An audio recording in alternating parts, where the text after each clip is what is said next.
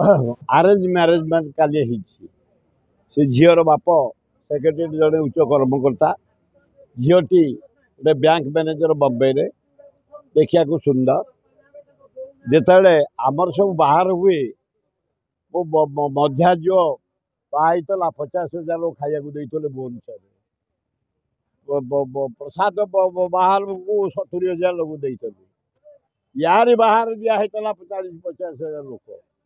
ମୋର ଯେତେ ଗୁଡ଼ିଏ ଆମ ପରିବାର ହୁଏ, ବହୁ ଆକାରରେ ଗରିବ ଲୋକ ଧନୀ ଲୋକ ଗୋଟେ ପ୍ରକାର ଖାଦ୍ୟ ଆମର ଦିଆହୁଏ।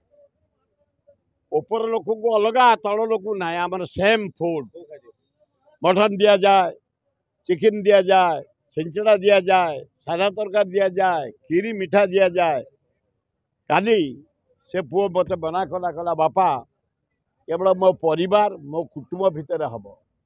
ତେଣୁ ମୋରି ଜୋଇଁମାନେ, ମୋ ପିଉସୀମାନେ, ମୋ ଭଉଣୀମାନେ, ମୋ ପୁତ୍ର ନାତି ନାତୁଣୀମାନେ ଆମରି ଘର ଭିତରେ କାଲି ବାହାର ହେଇଛି, ଶାନ୍ତିରେ ହେଇଛି।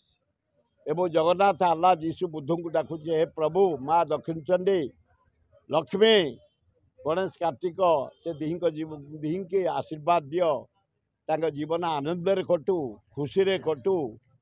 ମୁଁ ତାକୁ କହିଲି, ମୁଁ କହିଲି ଗୋଟେ ଆମେ ପଙ୍ଗତ ଡାକିବା ସମସ୍ତଙ୍କୁ ନା ବାପା ନାହିଁ।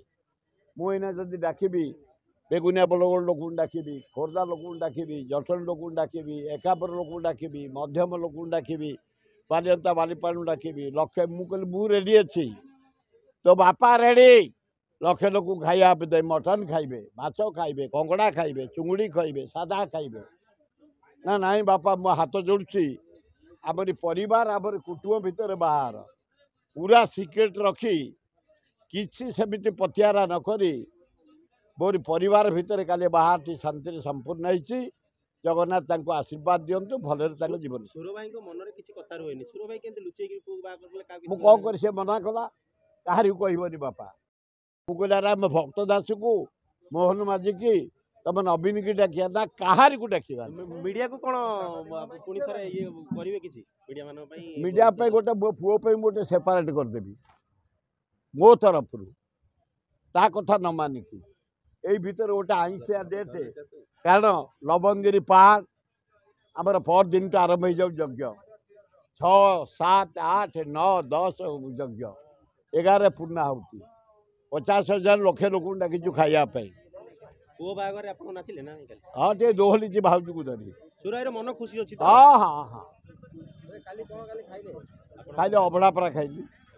ସେ ଆମିଷ ଫାମିଷ ଭାଉଜ ମନା କଲା ତମେ ପୁଅ ବାହା କରୁଛ, ତମେ ମାମୁଁ ବାହାର କଲା ତାର, ତମେ ପୁଅ ତମର ବାହା ହେଉଛି, ତମେ ଆମିଷ ଖାଇପାରିବନି। ହଁ ଉଣା କରିବେ, କିନ୍ତୁ ପୁଅ ଯଦି ନ ଚାହିଁବ ମୁଁ କେମିତି କହିବି? ସେ ନାହିଁ କରୁଛି, ମୁଁ କାହିଁ ଉପରେ ପଡ଼ିବି?